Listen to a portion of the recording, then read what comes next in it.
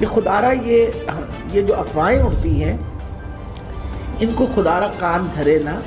हुकूमत इतनी जिम्मेवार है कि आपको अगर खुदा न खास्ता किसी चीज़ में कोई ख़तरा हो, हम खुद आपको बताएंगे। हम आपसे किसी चीज़ को छुपाते नहीं हैं, एक एक चीज़ आपको बताते हैं। सारी दुनिया में वैक्सीन लग रही है, अगर इन वैक्सीन का नुकसान होता तो बाकी दुनिया भी ना लगाती।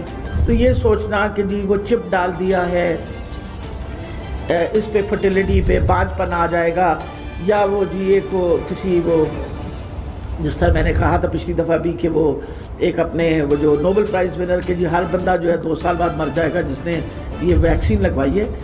हम सब ने वैक्सीन लगवाई है, मैंने भी वैक्सीन लगवाई है, डॉक्टर असद ने, अब ये सारे जितने लाइन में बैठे हुए हैं हम सब ने वैक्सीन लगवाई है, आप लोगों ने वैक्सीन लगवाई है। दुनिया में बहुत बड़ी तादाद लोगों की वैक्सीन लगवा चुकी है, ऐसा कोई नुकसान नहीं हो रहा और ना कोई ऐसी बात है। अफवाहों पे आपने बिल्कुल नहीं जाना, इनका हमें बहुत नुकसान होता है।